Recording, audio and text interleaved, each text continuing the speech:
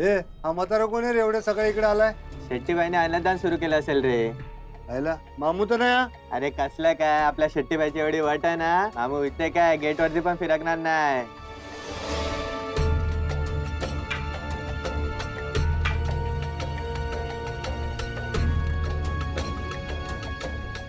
ए म्हाताऱ्या काय हवंय? ए हे घे रे.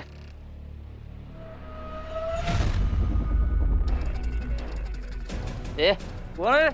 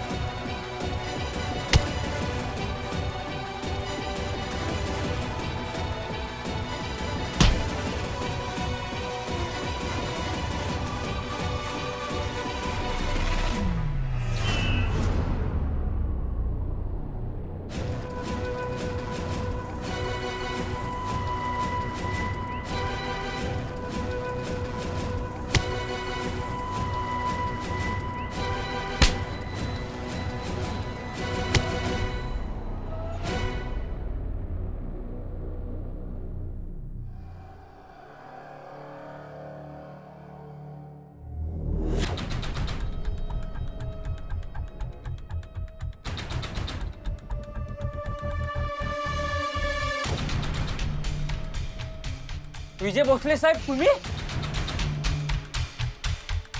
आम्ही ठरवलं ना, आम्ही कुठं पण घुसू शकतो. उचल रे.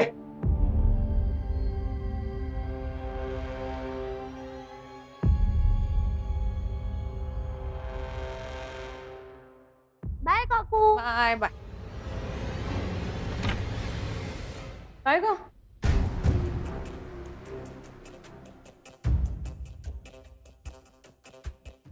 तू आवरलं नाहीस का? हाँ सॉरी. एक मिनिट. मीच सॉरी.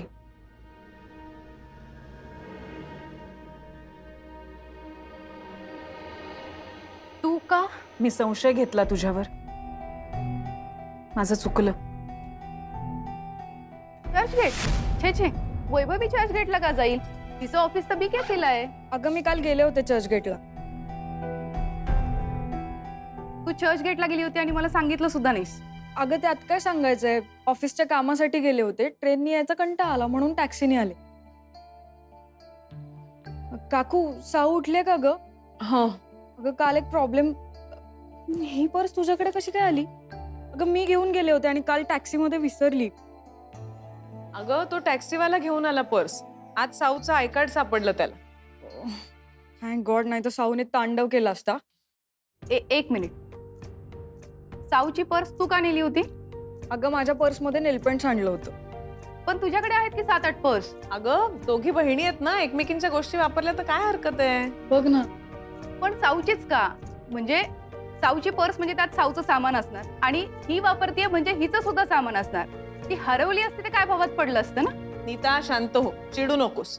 आणि हरवली तर हरवली, आणि मुळात मिळाली आहे ना आता पर्स. हं, तू काम कर तुझ. चल मी निघते, मला शाळेत जायला उशीर होईल. हं, बाय काकू. Bye bye. 10 मिनिटं का होईना, पण मला असं वाटलं तू खोटं बोललीस माझ्याशी. तू म्हणालीस ना वैभवी पर्स घेऊन गेली. का माहित नाही, पण नाही पटलं मला.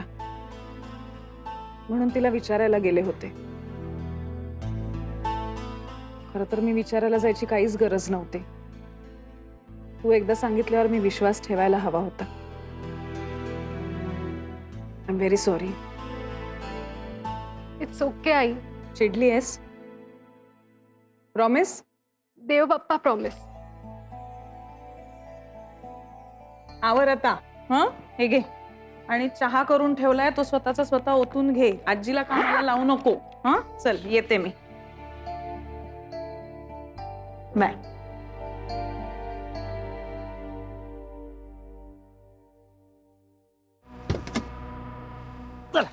कोंबडा कर चल.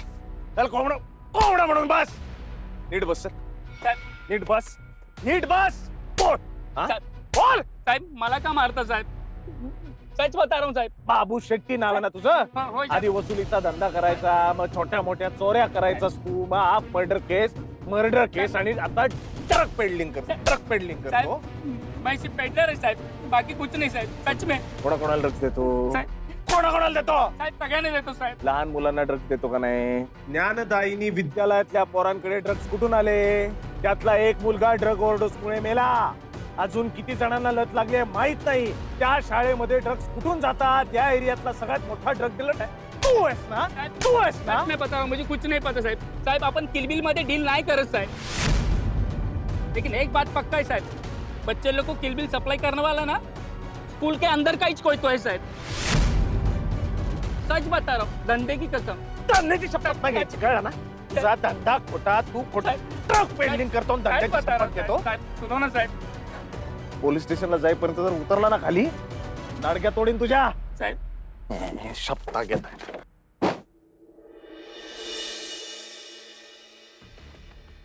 गुड मॉर्निंग प्रसाद. हे good morning. Good morning. Good morning. हे इन्स्पेक्टर भोसले आणि या श्रद्धा मिरजकर अमित कारखानीस केस इन्व्हेस्टिगेट करत आहेत. त्यामुळे आपल्या स्टाफची आणि अमित संबंधित सर्व लोकांची चौकशी करत आहेत.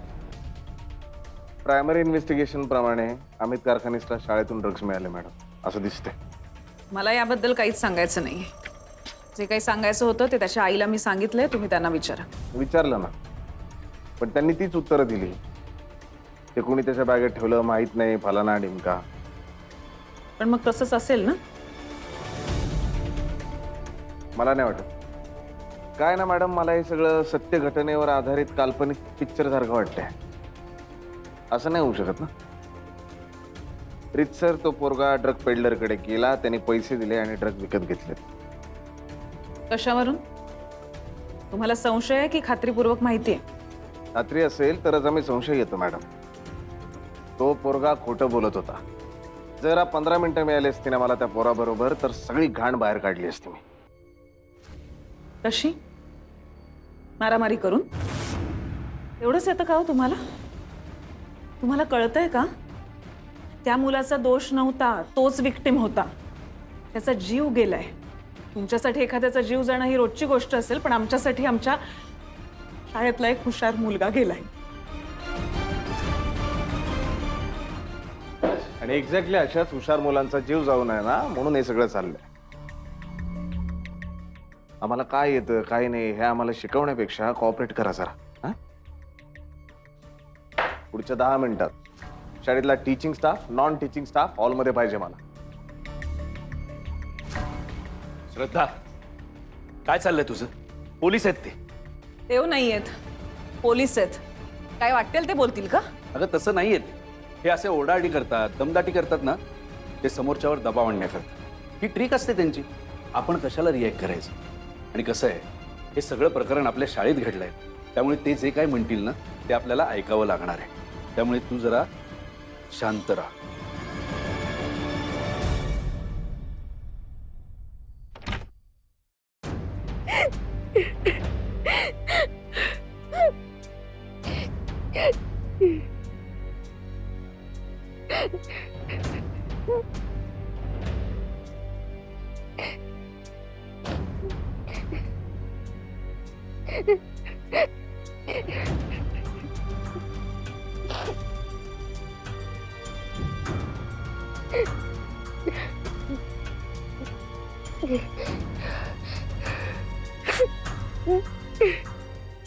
सौ काय झालं? काय झालं? काय नाही. काही नाही. रडतेस का? काय काय काय? अरे बाबा मी उजलेच आहे. मी वाईट आहे, मी घाण आहे.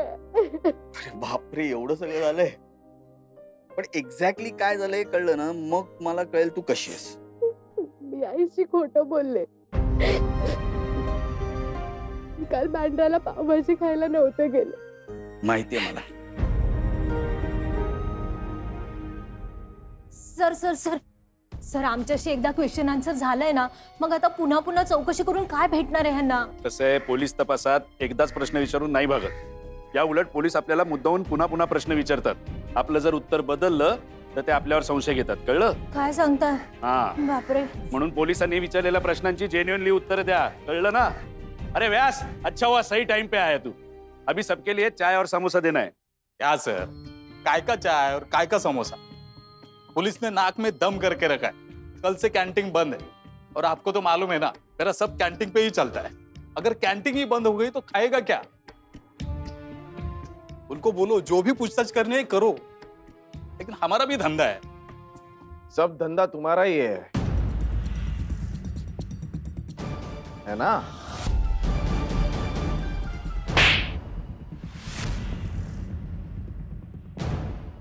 काय करतायत? त्याला का मारताय? त्याला का मारताय? याला नाही मारला ना तर तुमच्या शाळेतली आणखी मुलं मरतील, त्या अमित कारखानी सारखी. म्हणजे आज तुमच्या शाळेतल्या मुलांना ड्रग्ज देतो. तुला कसं माहित? पावभाजी खाल्ल्यानंतर मिंटनी कोणी आंघोळ करत नाही, आणि मिंटमुळे सगळे वास जातात असंही नाही. हे सगळे प्रकार करून बघितलेत आम्ही. मला सांग, सिगरेट प्यालीस की दारू? नाही, सिगरेट नाही प्यायली. म्हणजे दारू? बाबा मला नव्हती प्यायची रे. मी नताशाने मला खोटं बोलून पाजली, आणि नंतर मी तिला म्हटलं की मला कळलंय की ही दारू आहे, मला नाही प्यायची, पण तिने जबरदस्ती पाजली. रिलॅक्स रिलॅक्स बस, रिलॅक्स रिलॅक्स बस. सौवा, चुकून किंवा आपणून किंवा जबरदस्ती पहिल्यांदाच प्यायलीस ना, मग त्यात काही एक चुकीचं नाहीये. हे सगळं डोक्यातनं पहिले काढून टाक.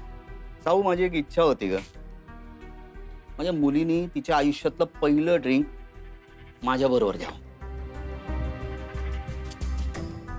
म्हणजे तुला प्यावंसं वाटलं तर मी म्हणालो असतो की साऊ, I will give you company. हा अधिकार आणि आनंद. तुझी मैत्रीण कोण? नताशा. हा, तिने हिरावून घेतला. तिला सांग मला अजिबात आवडलेलं नाहीये.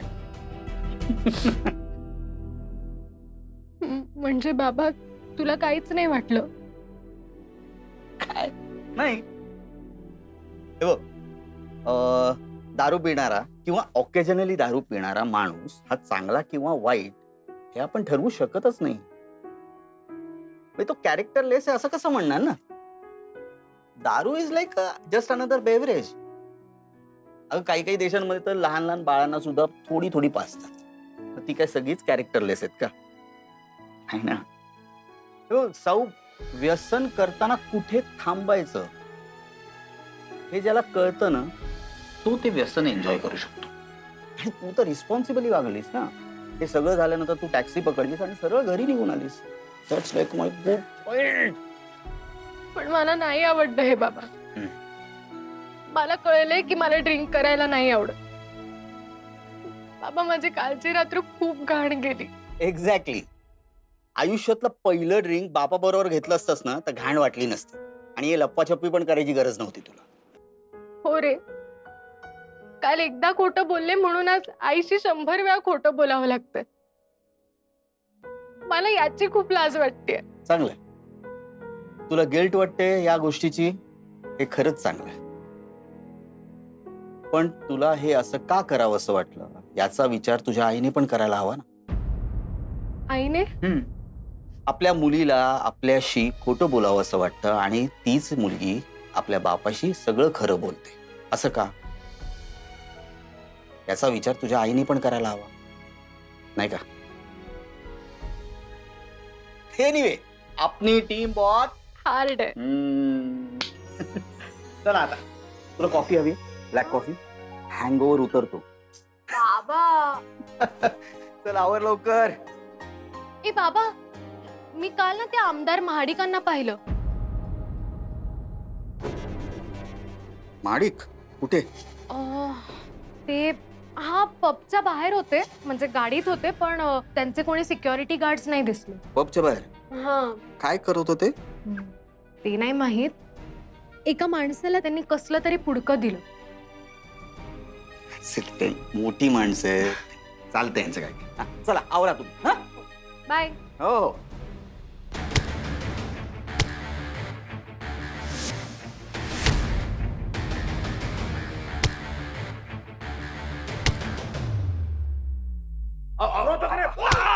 तुम्ही काही बोलताय? काही बोलत नाही मी. खात्रीशीर माहिती असल्याशिवाय माझा तोंड आणि हात चालत नाही. बोलतो. बोल. अहो साहेब, काहीतरी गैरसमज होते तुमचा. गेले 15 वर्ष तो कॅन्टीन चालवतोय. ते तुम्हाला दाखवण्यासाठी. कॅन्टीनच्या तुम काय वेगळे धंदे करतो ना, हा तुम्हाला माहित आहे. बोल रे बोल. कोणासाठी काम करतोस तू? कैसे चलत आहे तू बिझनेस? किसके लिए काम करताय? बोल, नाही तर इथेच खोलेन. अरे ए व्यास, कळलं का? दमदडे गाडी रेडी कर. Okay sir. हॅलो. हा साहेब, काल रात्री कोणीतरी पाहिलं तुम्हाला. नाही नाही, पुन्हा असं नका करू, प्रॉब्लेम होईल. कळलं ना? हा, ठेवू फोन.